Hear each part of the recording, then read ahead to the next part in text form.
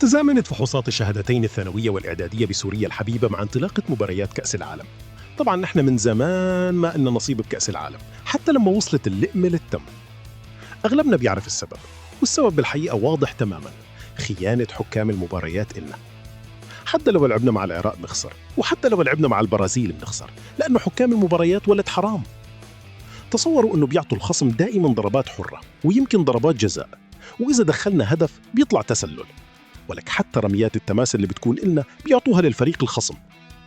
أخي باختصار، نحن كنا مستهدفين بكرة القدم وما إلنا حظ مع الحكام.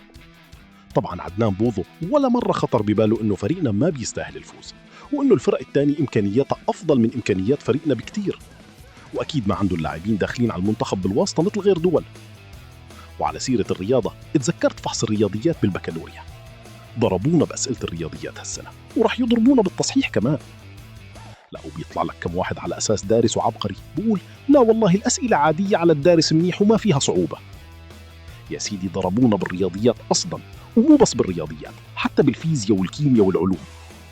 بس أكبر ضربة ما كنا متوقعينها هالسنة إنه مشددين الرقابة علينا وما خلونا ننقل ولا كلمة.